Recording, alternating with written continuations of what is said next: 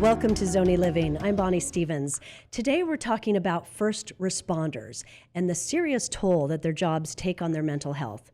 People like firefighters, police officers, emergency medical technicians, and others who witness horrific trauma as part of their work and how this can haunt them, affect their lives, their relationships, their whole world, and even lead to death. I'm joined by two people who have witnessed this impact and are taking action to help the first responder community, which is, as we'll hear, something that affects all of us. Marika Ultrogi is the Vice President of the Northern Arizona Healthcare Office of Philanthropy, and Matthew Shaw is Battalion Chief for Guardian Medical Transport. Marika and Matt, thank you for being with us today, and you are coming to us from Flagstaff Medical Center, right? Correct. Yeah. Thank you, Bonnie. We're excited to be here and discuss this with you. Well, let's talk about the seriousness of this issue. Northern Arizona Healthcare has created a powerful 3-minute YouTube video that I've watched a couple of times. In it, first responders discuss what they see on the job. They describe terrible multi-vehicle accidents, the chaos, the people who are critically injured, and the people that they're treating. And one EMT said, "These people all come home with me." Marika and Matt, you've both seen this, so let's start with you, Marika. Can you help us help describe how this trauma stays with first responders long after the incident? Yes. From personal experience, my husband is a battalion chief with Flagstaff Fire Department. So on a personal level, I've seen it over the last decade or so. But it really hit home when I was here working for Northern Arizona Healthcare. I ran into one of our battalion chiefs for Guardian Medical Transport a couple years ago, and this battalion chief just looked worn down. And we were at a conference, and it just seemed like they couldn't get through the day. And I went up to them and I asked them how they were doing, and it just gutted me how much of a ghost or a shadow they were, just because of all the stuff that they had been living through the last few months leading up to this. That person actually ended up having to take some FMLA to focus on themselves, focus on their family, and it was completely the right thing to do. And they're the ones who actually made me aware of this program. So there was a program started with some other fire departments in town and Redemption Counseling Center. And this battalion chief had seen the effectiveness of this program with some other colleagues on calls. And they asked me to look into it and seriously see if there's a way that we could get this program here at Northern Arizona Healthcare. Matt, as Battalion Chief of Guardian Medical Transport, now that includes helicopter and ambulance support for Northern Arizona Healthcare. You have been doing this job for a couple of decades, and is it usually the cumulative effect that is so impactful, or can it be just one terrible incident? Yeah, that's a great question. I think the answer is yes. It's both. Both. Okay. Certainly the single traumatic event can be the start of this burden that providers carry over a long term. And it's not always the big traumatic thing that we think of that causes this sort of piling of rocks, in a backpack that we kind of talk about with first responder mental health. It can be sitting with a family member and talking to them about their loved one who just passed away, and having them, cry and wanna hug and hold you, and the relationship that even in that short amount of time that you build. I think, especially for EMS, our job is to be there for people's worst day. But for us, that's just a Monday. If someone in your office passed away suddenly, like your boss, if they were a good boss, would probably give you the day off, maybe even the rest of the week. But for our staff, they're sort of expected just to kind of plug on. That's why you signed up for the job. And in the past, that was always sort of thought of as, that's okay. That's just the way it is. But thankfully, that culture is starting to change, and people are starting to realize that the earlier you can get the mental health support and the counseling and the debrief sessions, the longer your career can be and the healthier your career can be, which is really the important part. Wow. What are the signs that we should be noticing? What should we look for? Is it all about somebody who might be withdrawing from other parts in their life that they're normally connected to? What are we looking for? Yeah, I think that's certainly part of it. I think, folks that are no longer finding joy in what they used to find joy in, certainly abuse of substances or alcohol can be a big part of that. Um, the person that was always happy-go-lucky and someone that you always wanted to spend time with because they always had a great joke, and now, they just are withdrawn. They're sitting in the corner. They don't want to be involved in conversations.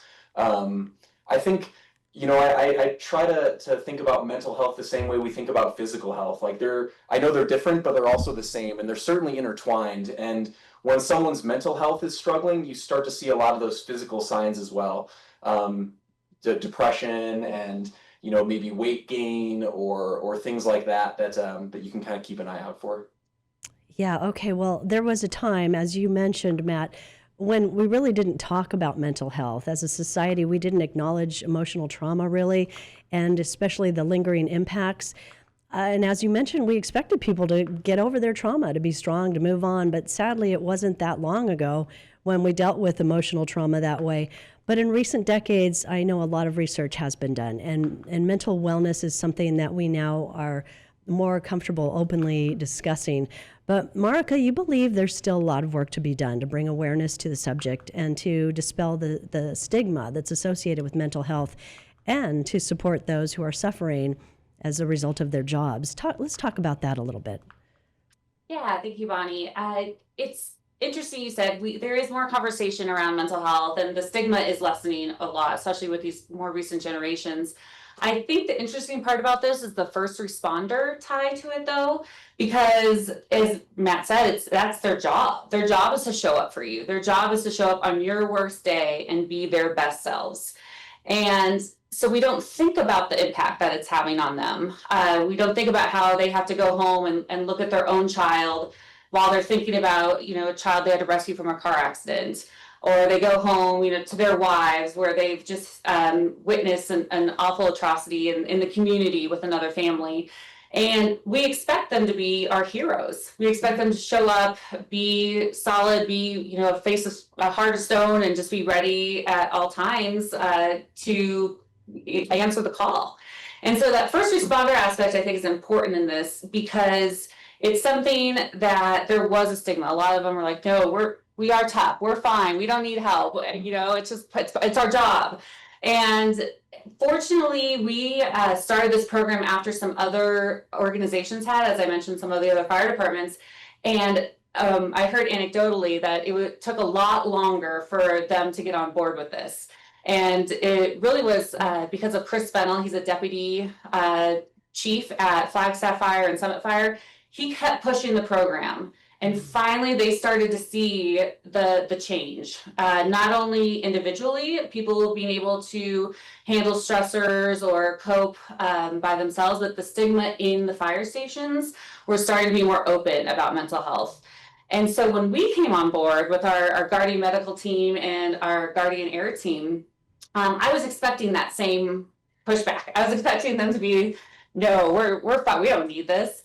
And it was almost the exact opposite. We were full within the first month. We had a wait list within the first month of first responders reaching out and wanting to be part of this program and get the help that they needed.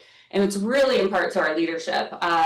Matt Shaw, the other battalion chiefs, our directors at both places, have been so open-armed to this program and really pushing it and seeing the need for it, which in turn has made the employees feel safe and feel that it's okay for them to go out and seek this help.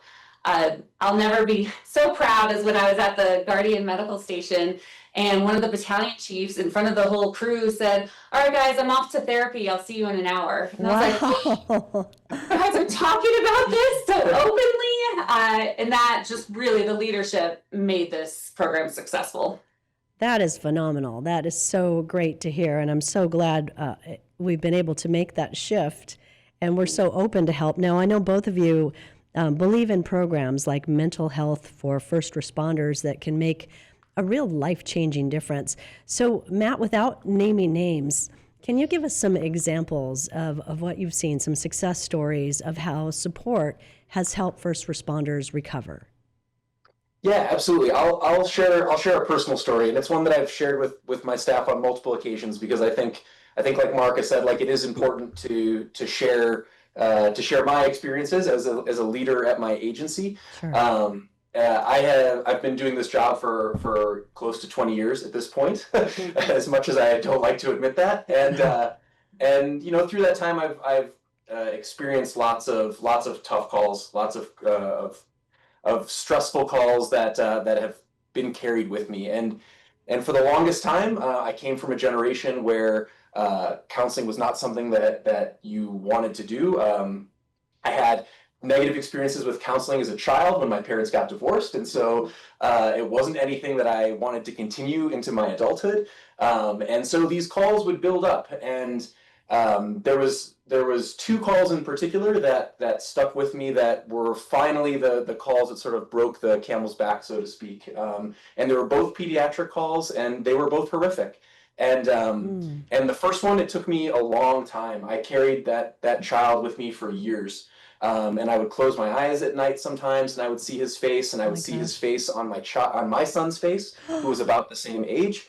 And my wife kept saying, "You should go talk to someone. You should go talk to someone." And being stubborn, I never wanted to. I talked to my colleagues, and I had a couple close friends that I was willing to share that stuff with, but I never sought professional help. And then I had another call, and it was similar in nature. And I remember leaving that call and calling my wife and just bawling on the phone. And I can probably count the number of times that I've cried, on one hand. It's not that common for me, but I just couldn't control it. And that was what finally made me decide that I needed to do this. And the most frustrating part was that first counseling session that I had, I felt so good. Really? So good. And I was kicking myself, like, why did I not do this decades ago, right? Like, and I tell that to my staff, like, Sure, yeah. the hardest part is just going through the door, making that appointment, and it makes such a big difference. And we hear from staff, like, why, what are the barriers that are stopping you from going? And some of them are financial, some of them are having previous bad experiences, some are availability. And this partnership that we've been able to create with Redemption has really eliminated all of those barriers. If you phone up, they will get you an appointment, same day or within 24 hours. Wow. It's free of cost. It's Amazing. completely anonymous. And so there's really no more, there's no more excuses, is what I tell myself, and what I tell my staff is, like, you should just go do it. Even if you didn't have a bad call, even if you just want to talk about whatever else is going on in your life, it is so important, and it makes such a big difference. What a great testimonial. And I know that, it's been that image that we've had of first responders, police officers, firefighters, EMTs, that you guys are the heroes. You come in and we don't really allow you to ever have a weak moment or be sad or be feeling the same thing that's going on at the situation. And we're not thinking about how you're showing up day after day and possibly facing horrific experiences that you're feeling inside, and especially when we're talking about children and how that's entering your dreams and coming home with you at night. I mean, it's really tough, and I'm so glad to hear that you are out there as a leader encouraging the troops to get help as well. And Marika, I know that in order to help people, you have to first begin with evaluating their health. So how does this initiative, this mental health for first responders, identify who needs support? Mm-hmm. Yes, and I do have to give a shout out to his wife, Kim, because, the wives are normally right, usually right. Absolutely. But honestly, it could be something like that. Identification from a family member, identification from your colleagues, from your boss, something like that. But the beauty of this program is, I think the main pushback we got when we first started looking into this was the stigma around confidentiality, actually. Mm-hmm. So there was a lot of first responders, they're tied to the hospital. They don't want to go meet with one of our therapists here and then see them in the cafeteria, 2 hours later over lunch. they really needed that separation from their work and this journey they're on, to get the help that they need. And so that was why we initially looked at this outside party redemption counseling center. Plus, they are trauma informed and they work specifically with first responders, something that not every therapist, licensed therapist can do. So that's why we really looked to partner with Redemption Counseling Center, because they were an outside third party, and they are in this program. It's actually more self-identification. They don't know, the leaders don't know who's going. We don't know who's going. It's completely confidential, and they are able to reach out to Redemption. So far, it's fully funded by Philanthropy. So we've been able to raise dollars from community members, individuals, corporate sponsors, and grants, so that when an individual reaches out for support, it's 100% free of cost. So they can have ongoing therapy sessions, and they can set that up for as long as they wish, or they can just call when there's a critical incident that they need help with. And that help right away prevents the risk of PTSD. If they're able to address it and talk through it, it has shown to immensely help that becoming an issue in their future. So we will keep raising money for this as long as needed, because we've really seen the results have been so positive. So that bridges the partnership with the Office of Philanthropy at Northern Arizona Healthcare and Guardian Medical. And is that also true for the city of Flagstaff and firefighters and police officers and other folks who have very impactful, stressful jobs? It's actually really exciting that Flagstaff Fire and Flagstaff Police Department just signed on with this program with Redemption as well. And they're able to pay for it out of their organizational budget. And so that's something we hope to get to at some point. But for now, Philanthropy is covering it here with Northern Arizona Healthcare. And I would guess that there are other places, other cities that don't have this kind of help available. Is that true? To our knowledge, yes. This is a very innovative and new idea. And where the impetus of doing an evaluation, which we just completed, we were able to get grant funding to support an evaluation through Northern Arizona University Evaluation Services. And Matt can talk a little bit more about this, but they were able to come and survey and speak to our personnel who've gone through this program. And our hope now is to spread the word. We are going to send Matt on a road show. He's wonderful at speaking at conferences, and especially EMS conferences. And so he has one we hope coming up in April where he's going to talk about this project. And then we were just talking about actually writing a paper on this so that it can be disseminated more widely and nationwide to help other municipalities and other EMS agencies. Well, Matt, you've said that the mental health of our first responders goes far beyond the individual. Can you give us an example or describe the ripple effect and the need for a community effort to get behind this initiative? Yeah, absolutely. The most direct relationship is with the family, right? Is that first responder coming home and being present when they're with their family. I know I get off a 48-hour shift, and if it's been a busy shift, I come home, I'm tired, right? And maybe my fuse is a little bit shorter than it might otherwise be, and I'm not as patient as I might be. And so one of the great things that the Redemption allows is to have family counseling as well, to help both the spouse and the first responder sort of navigate some of these issues that we're dealing with. I think as a community, what our community wants is healthy first responders who are going to be there when they call 911. And having mental health be at the forefront for first responders allows them to do that, right? It gives them the resources to be healthy, to come to work ready to help our community. And I think it's really important. And it's something that is historically, like we've talked about, been sort of underutilized or under-focused on, but is really coming to the forefront, and seeing municipalities like Flagstaff, the fire department, and the police department pick up on this is fantastic. One of the things that we've been doing for the last couple of years is when we do have critical incidents, we'll do a CISD, a critical incident stress debriefing, where we'll bring in all the agencies that were involved with a counselor, and we'll help kind of debrief the whole call. So even those folks that weren't, under the paid umbrella necessarily of Redemption and of our program, we were still including them in that, so that the healing is for all of us, not just for Guardian, which has been really great. Yeah, that's really beautiful.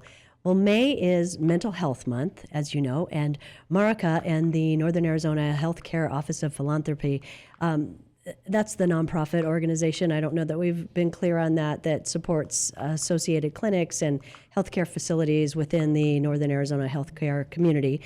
You all have big plans to bring attention to the multifaceted topic of mental wellness to the forefront during May. Can we talk a little bit about that? Absolutely, and I'm hoping I didn't bite off more than I can chew. The idea has really grown. Sure. As I said before, this program here is philanthropy funded, and so the idea was to capitalize on the month to start spreading the word about this program, especially since we just had the evaluation and we can prove with data how successful it is.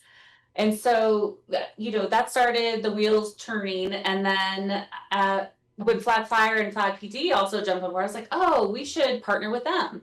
And so then once I opened that door, we are partnering with about a dozen other community entities here. So Northern Arizona University, Coconino Community College, the city, the county, guidance center, a whole plethora of other mental health access organizations here just loved the idea. They wanted to get on board, and some said they've been wanting to make a big stink of the month for years, but there was no one to do the work. So when I came knocking on their door, they were more than welcome to open up their resources and talk about what they're doing at their own organization. So it's going to be a fun month. We're going to have a speaker series throughout every week throughout the month, and then each organization will take on their own day or weekend and do something to highlight what they're doing for mental health in the community of Flagstaff and the surrounding region.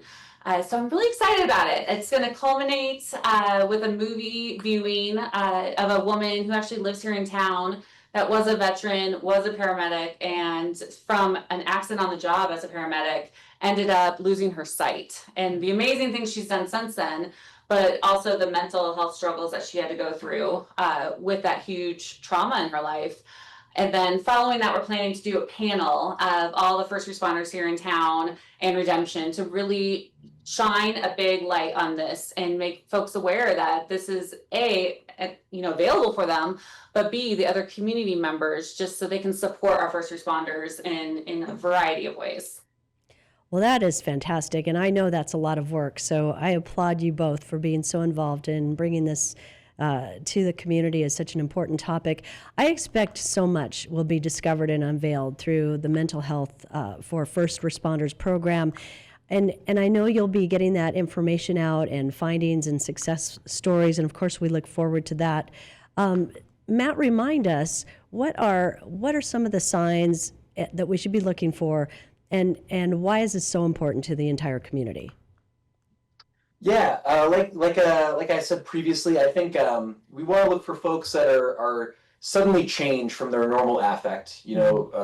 Signs of depression or being withdrawn, substance abuse or alcohol abuse can all be very common.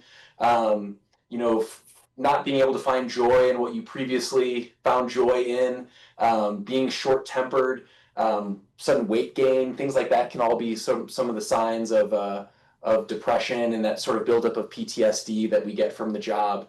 And from a community point of view, I think, like I said, our community needs us to be healthy because we need to be there to support them. And so knowing that the community is out there as well, helping to support us through helping to fund programs like this program with Redemption Counseling is amazing. On our end, I'm excited to go out and sort of spread the word a little bit about our success story. I think we are pretty unique up here in Flagstaff in a lot of ways, and certainly this program is one of them. And so being able to share that with some other agencies, I think will be really valuable. Well, so true. It is such a fantastic community up in northern Arizona, Flagstaff, and the surrounding areas. And Again, I just applaud both of you, Marika Altrogi and Matt Shaw. Thank you so much for the work that you're doing and helping us to understand what our first responders face. I have no doubt the leadership of Northern Arizona Healthcare's Office of Philanthropy and Mental Health Awareness and Support will serve as a powerful example that will help other communities as well. So thank you so much for your insight and for joining us on Zonie Living. Thank you, Bonnie. Thank you. As we've heard, supporting the mental health of those who protect us strengthens the entire community. If you'd like to learn more or get involved, visit the Northern Arizona Healthcare Office of Philanthropy at nahealth.com/office-philanthropy. This is Zonie Living, Business, Adventure, and Leadership. I'm Bonnie Stevens.